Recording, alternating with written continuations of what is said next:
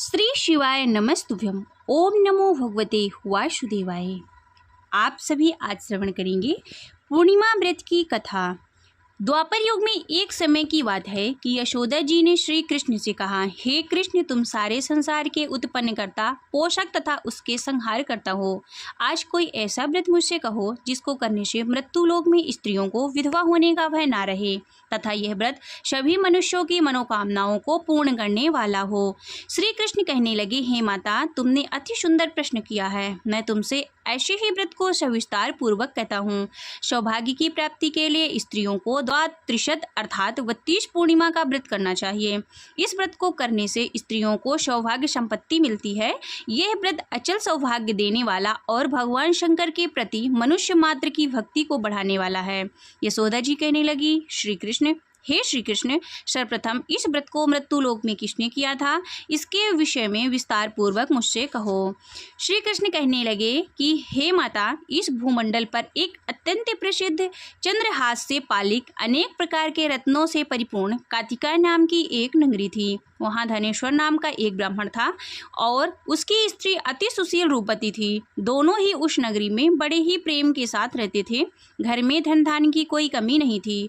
उनको एक बड़ा दुख था कि उनके संतान नहीं है, जिस वजह से वह बहुत दुखी थे। एक दिन एक बड़ा तपस्वी योगी उस नगरी में आया और वह योगी बाकी सब घरों से भिक्षा मांगकर भोजन किया करता था, लेकिन उस ब्राह्मण के घर से भिक्षा नहीं मांगता था। एक दिन योगी गंगा के किनारे भिक्षा मांगकर प्रेम पूर्वक खा रहा था कि धनेश्वर ने योगी के यह सब कार्य को किसी प्रकार से देख लिया और अपनी भिक्षा के अनादर से दुखी होकर धनेश्वर योगी से बोले कि आप सभी घरों से भिक्षा लेते हैं परंतु मेरे घर की भिक्षा कभी नहीं लेते हैं, इसका कारण क्या है? योगी कहने लगे कि आपके धर्म और हमें इस बात की आज्ञा नहीं देता है कि क्योंकि अभी आप गृहस्थ जीवन में एक सुख से वंचित हैं। आपके घर संतान ना होने पर आपके घर से भिक्षा मैं स्वीकार नहीं करता। उन्होंने कहा कि जिसे संतान नहीं है उसके घर से भिक्षा लेने से मेरे पतित हो जाने का भय है। धनेश्वर यह बात को सुनकर बहुत ही दुखी हुआ और हाथ जोड़कर योगी के पैरों पर गिर पड़ा तथा दुखी मन से कहने लगा कि आप मुझे संतान प्राप्ति का उपाय बताइए। आप सर्वज्ञ हैं, मुझ पर अवश्य ही कृपा कीजिए। धन की मेरे घर में कोई कमी नहीं है, लेकिन मैं संतान न होने के कारण अत्यंत दुखी हूँ। आप मेरे इस दुख का हरण कीजिए। यह सुनकर योगी कहने लगा कि तुम चंडी की आराधना करो। घर पहुंचकर उन्होंने यह सारी बातें अपनी पत्नी को बताई और खुद वन में चला गया। वन में पहुंचकर उसने चंडी की आराधना की और उपवास किया। चंडी ने 16वें दिन उसको स्वप्न में दर्शन दिए और कहा कि हे धनेश्वर, जा तेरे पुत्र होगा, लेकिन वह 16 वर्ष की आयु में मृत्यु को प्राप्त हो जाएगा।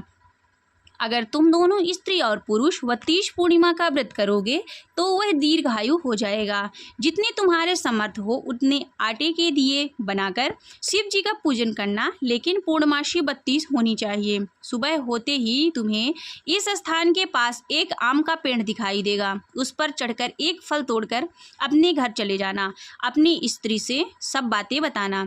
सुबह स्नान होने के पश्चात स्वच्छ होकर भगवान शंकर का ध्यान करके उस फल को वह खा ले, तब भगवान शंकर की कृपा से उसको गर्भ हो जाएगा। जब ब्राह्मण सुबह उठा तो उसे उस स्थान के पास एक आम का वृक्ष दिखाई दिया और वह उससे फल तोड़ने के लिए चढ़ा, लेकिन वह पेड़ पर चढ़ नहीं पा रहा था। यह देखकर उसे बड़ी ही चिंता हुई। उसने भगवान श्री गणेश की प्रार्थना की, हे दया निधे, हे दया बंधु, अपने भक्तों को विघ्नों का नाश करने वाले, उनके मंगल कार्य को करने वाले, दुष्ट का नाश करने वाले, रिद्धि सिद्धि को देने वाले, आप मुझे इतना बल दें कि मैं अपनी मनोकामना को पूर्ण कर सकूं। इसके बाद वह पेड़ से फल तोड़कर अपनी पत्नी के पास पहुंचा। उसकी पत्नी ने अपने पति के कहे अनुसार इस फल को खा लिया और वह गर्भवती हो गई। देवी की कृपा से उसे बहुत ही सुंदर पुत्र पैदा हुआ, जिसका नाम उन्होंने देवीदास रखा। माता पिता के हर्ष और सुख के साथ वह बालक बढ़ने लगा। भगवान की कृपा से बालक बहुत ही सुंदर और सुशील, विद्या पढ़ने में बहुत ही निपुण था। दुर्गा जी की कथना के अनुसार उसकी माता ने 32 पूर्णिमा का व्रत रखा। जैसे ही 16वां वर्ष व्यतीत होने लगा तो वह पति पत्नी बहुत ही दुखी हुए। कहीं उसके पुत्र की मृत्यु न हो जाए। उन्होंने सोचा कि अगर उनके सामने यह सब हुआ तो यह कैसे देख पाएंगे। तभी उन्होंने देवीदास के मामा को बुलाया और 1 वर्ष के लिए देवीदास को काशी में पढ़ने के लिए भेज दिया। 1 वर्ष के बाद उसे वापस लेकर आ जाना। देवीदास अपने मामा के साथ एक घोड़े पर सवार होकर चल दिया। यह बात उसके मामा या किसी और को नहीं पता थी। दोनों पति पत्नी ने 32 पूर्णिमा का व्रत पूरा किया। दूसरी तरफ मामा और भांजा दोनों रात गुजारने के लिए रास्ते में एक गांव में रुके। उस दिन उस गांव में ब्राह्मण की कन्या का विवाह होने वाला था। जिस धर्मशाला में वर और बारात ठहरी हुई थी, उसी धर्मशाला में देवीदास और उसके मामा ठहर गए। उधर कन्या को तेल आदि चढ़ने के बाद जब लग्न का समय आया तो वर की तबीयत खराब हो गई। वर के पिता ने अपने परिवार वालों से विचार विमर्श करके कहा कि यह देवीदास मेरे पुत्र जैसा ही है, मैं इसके साथ लगन करा दूं और बाकी के बाद के सारे कार्य मेरे बेटे के साथ पूरे हो जाएंगे। ऐसा कहने के बाद वर के पिता ने देवीदास को मांगने के लिए उसके मामा के पास आए और उन्होंने सारी बात बताई। मामा ने कहा, कन्यादान में जो कुछ भी मिलेगा वह हमें दे दिया जाए तो मेरा भांजा इस बारात का दूल्हा बन जाएगा। वर के पिता ने यह बात स्वीकार कर ली। इसके बाद देवीदास का और कन्या का विवाह संपन्न हो गया। इसके बाद वह अपनी पत्नी के साथ भोजन ना कर सका और मन में विचार करने लगा कि ना जाने यह किसकी पत्नी होगी। यह सोचकर उनकी आंखों में आंसू आ गए। तब वधू ने पूछा, क्या बात है, आप इतने उदास और दुखी क्यों हो रहे हैं? तब उसने सारी बातें अपनी पत्नी को बता दी। तब कन्या कहने लगी, यह ब्रह्मा विवाह के विपरीत है। आप भी मेरे पति हैं और मैं आपकी पत्नी ही रहूंगी, किसी अन्य की कमी नहीं है। तब देवीदास ने कहा, ऐसा मत करिए क्योंकि मेरी आयु बहुत कम है, मेरे बाद आपका क्या होगा। लेकिन उसकी पत्नी बहुत दृढ़ विचार वाली थी। वह बोली, जो आपकी गति होगी वही मेरी गति होगी। हे स्वामी, आप उठिए और भोजन कीजिए। दोनों रात में सोने के लिए चले गए। देवीदास ने अपनी पत्नी को 4 नगों से जड़ी हुई एक अंगूठी दी और एक रुमाल दिया और बोला कि हे प्रिय, इसे लो और संकेत समझकर स्थिर चित हो जाओ। मेरा मरण और जीवन जानने के लिए एक पुष्प वाटिका बना लो, उसमें सुगंधी वाली एक नवमल्लिका लगा लो, उसको प्रतिदिन जल से सींचा करें और आनंद के साथ खेलो कूदो और उत्सव मनाओ। जिस समय और जिस दिन मेरा प्राणांत होगा उस दिन वह फूल सूख जाएंगे और जब ये फिर से हरे हो जाएं तो जान लेना कि मैं जीवित हूँ। यह समझाकर वह वहाँ से चला गया। इसके बाद जब वर और बाकी की बाराती मंडप में आए तो कन्या ने उन्हें देखकर कहा कि यह मेरा पति नहीं है, मेरा पति वह है जिसके साथ रात में मेरा विवाह हुआ था, इसके साथ मेरा विवाह नहीं हुआ है। अगर यही है तो यह बताइए कि मैंने इसको क्या दिया। साथ ही कन्या दान के समय आभूषण जो मिले हैं उन्हें दिखाए और कन्या की यह सारी बातें सुनकर वह कहने लगा कि मैं कुछ नहीं जानता। इसके बाद वह सारी बारात अपमानित होकर वहां से चली गई। भगवान श्री कृष्ण बोले, हे माता, इस प्रकार देवीदास काशी चला गया। कुछ समय व्यतीत होने के बाद एक दिन एक सर्प उसको डसने के लिए वहां पर आया, लेकिन वह उसको काटने नहीं पाया क्योंकि उसकी माता ने पहले ही 32 पूर्णिमा का व्रत कर लिए थे। इसके बाद खुद काल वहां पहुंचा। भगवान की कृपा से तभी वहां माता पार्वती और भगवान गणेश जी आ गए। देवीदास को मूर्छित दशा देखकर माता पार्वती ने भगवान शिव से प्रार्थना की कि महाराज, इस बालक की माता ने पहले ही 32 पूर्णिमा के व्रत कर लिए हैं, आप इसको प्राणदान दें। भगवान शिव ने माता पार्वती के कहने पर उसे प्राणदान दे दिए। उधर उसकी पत्नी उसके काल की प्रतीक्षा कर रही थी। उसकी पत्नी ने जाकर देखा कि पुष्प और पत्र दोनों ही नहीं रहे तो उसको बड़ा ही आश्चर्य हुआ और जब उसने देखा कि पुष्प वाटिका फिर से हरी भरी हो गई तो वह समझ गई कि उसके पति जिंदा हैं। इसके बाद वह बहुत ही प्रसन्न हुई। अपने पिता से कहने लगी कि मेरे पति जीवित हैं, आप उनको ढूंढिए। जब 16वां वर्ष व्यतीत हो गया तो देवीदास भी अपने मामा के साथ काशी चल दिया। उधर उसकी पत्नी के परिवार वाले भी उन्हें ढूंढने के लिए जा ही रहे थे कि उन्होंने देखा कि देवीदास और उधर उसके मामा भी आ रहे हैं। उनको देखकर उनके ससुर बहुत ही प्रसन्न हुए और उन्हें अपने घर लेकर आए। वहां पर आकर सारा नगर इकट्ठा हो गया और कन्या ने भी उसे पहचान लिया। देवीदास ने उसके बाद अपनी पत्नी और मामा को लेकर वहां से चल दिया। उसके ससुर ने भी बहुत सारा धन एवं दहेज दिया। देवीदास जब अपने नगर के लिए चल दिया, नगर के बाहर पहुंचते ही कुछ लोगों ने उसके माता पिता को आकर खबर दे दी कि तुम्हारा पुत्र देवीदास अपनी पत्नी और मामा सहित आ रहे हैं। ऐसा समाचार सुनकर पहले तो उन्हें विश्वास ही नहीं हुआ, लेकिन जब देवीदास आया तो उन्हें अपने माता पिता के पैर छुए और देवीदास के माता पिता ने उनका माथा चूमा और दोनों को अपने सीने से लगा लिया। दोनों के आने की खुशी में धनेश्वर ने बहुत दान दक्षिणा ब्राह्मण को दी।